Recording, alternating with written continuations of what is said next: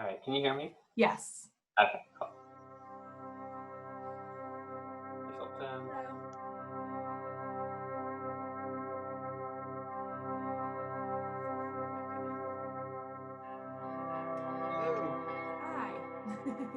Hi. Yeah, I trained in family medicine, and as early on as in my residency, I was already really getting into gender affirming care as more of let's say, a medical service delivery. So when we say gender affirming care, can mean a couple things, right? One is just a global way of caring for an individual who's transgender.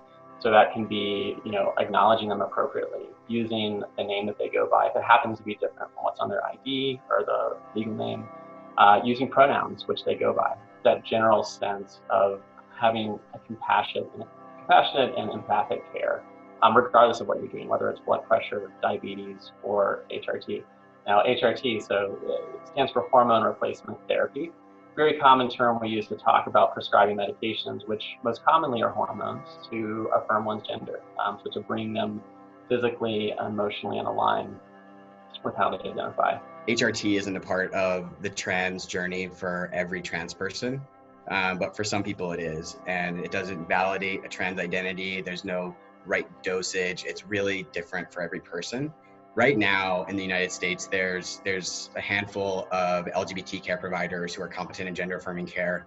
But if you're not fortunate enough to live in one of those cities that has one of these providers, it can be really difficult to navigate, to have access to a medical professional like Jerica and our clinical team who really understand the nuance of those decision-making processes. And so before you even get there, a lot of what the trans community does is search for this information online and use the community, the trans community that exists, to ask questions. We provide immediate access to gender-affirming hormone therapy through the convenience of a smartphone, providing something that's safe, convenient, and very accessible, more accessible than most options in a brick and mortar setting. We basically kind of piloted this about almost a year ago in July of last year.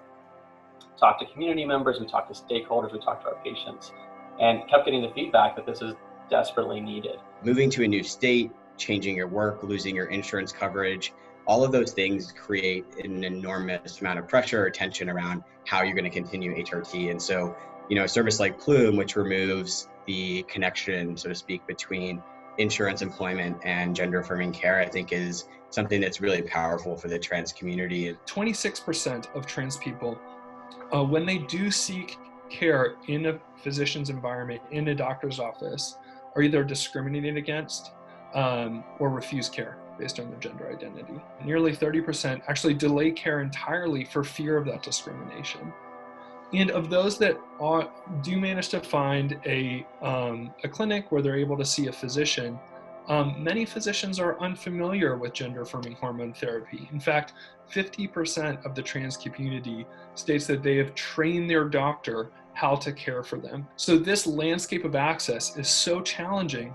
We're doing an unprecedented thing in an unprecedented time. And in North Carolina, we're doing it in a precedented place. Having lived through HB2 myself in North Carolina as a trans person, I think I could underscore those statistics that Matthew put out there. I think the legacy of a bill like that looms large for the trans community. Seeking care, just being physically themselves anywhere, is a threat and a fear. We're super excited to bring gender affirming care home to our state. It's really hard to underscore the significance of having a care team that's almost entirely trans. I mean, even just to have a company, right, where another person in the company you're working in is trans.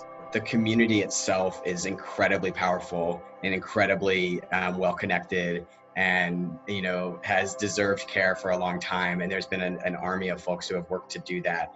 And we see ourselves in a line and sort of standing on the shoulders of giants and hoping to pass forward a torch, towards a world where gender affirming care is everywhere, at every healthcare facility. And I think that proving that out is what we're doing now.